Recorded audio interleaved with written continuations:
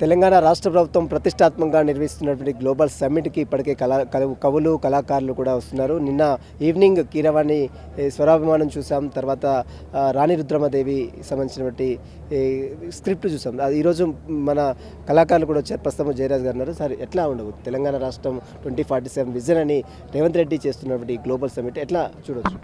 అంటే ఈరోజు ఇదంతా చూసిన తర్వాత ప్రపంచంలో తెలంగాణ ఒక నెంబర్ 1 పొజిషన్కు జపాన్, సింగపూర్, మలేషియా అని మనం చెప్పుకుంటామే, ఆ దేశాలతోటి తెలంగాణ కూడా పోటీ పడుతుందనే విశ్వసనీయత రేవంత్ రెడ్డి గవర్నమెంట్ కల్పించింది. అసలు ఇవన్నీ చూస్తుంటే ఇక్కడికి వచ్చిన వాళ్ళందరినీ కూడా చూస్తుంటే ఒక కొత్త బంగారు లోకం మనకు అవపడుతుంది. మిగతా సిటీల కంటే నేను ఈ సిటీని, ఈ తెలంగాణను ఎందుకు ఎక్స్టెండ్ చేయొచ్చు అంటే, మీరు బాగా గమనించినట్టయితే కలకత్తా కానీ లేదు, బెంగళూరు కొంత పర్వాలేదు, బాంబే కానీ ఢిల్లీ కానీ పొల్యూట్ అయి ఉన్నాయి. కొన్ని నగరాలకు సముద్రాలు ఉన్నాయి, తద్వారా అవి ఎక్స్టెండ్ కాలేకపోతున్నాయి. ఈ ఫ్యూచర్ సిటీ ఎక్స్టెండ్ కావటం వల్ల తెలంగాణ భవిష్యత్తు ప్రపంచంలో నెంబర్ 1 స్థానంకి ఎదుగుతుందనే ఒక అచంచలమైన విశ్వాసం అయితే నాకుంది. రాష్ట్ర ముఖ్యమంత్రి ఇప్పటికే కవులకు కళాకారులకు ప్రాధాన్యత ఇస్తారు. జయరాజ్ విషయంలో మనం చూస్తాం. ఫ్యూచర్లో కూడా కవులు కళాకారులకు అంతే ఉంటుందంటారా?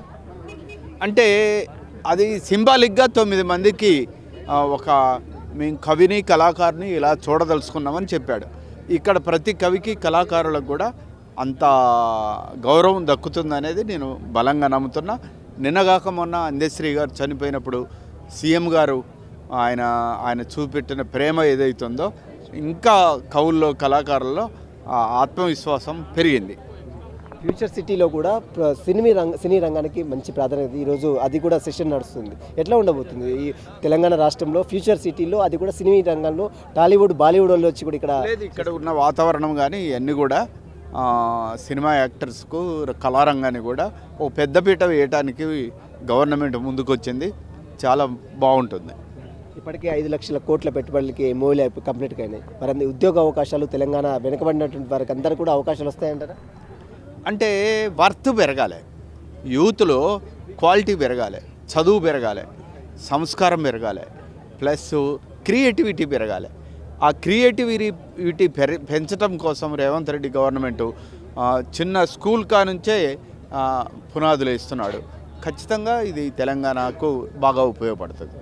Thank you. ఇది చూస్తున్నాం. ప్రస్తుతం తెలంగాణ రాష్ట్ర ప్రభుత్వం నిర్వహిస్తున్నటువంటి గ్లోబల్ సమ్మిట్ తెలంగాణ ప్రజలకు, తెలంగాణ సాంస్కృతిక సంప్రదాయాలకు, గౌరవానికి ఒక ప్రతీకగా నిలుస్తుందంటూ కూడా అటు కవి రచయిత జయరాజ్ చెప్తున్న పరిస్థితి. విడిజన్స్ భరత్తో Sunil, Raj news, global summit నుంచి.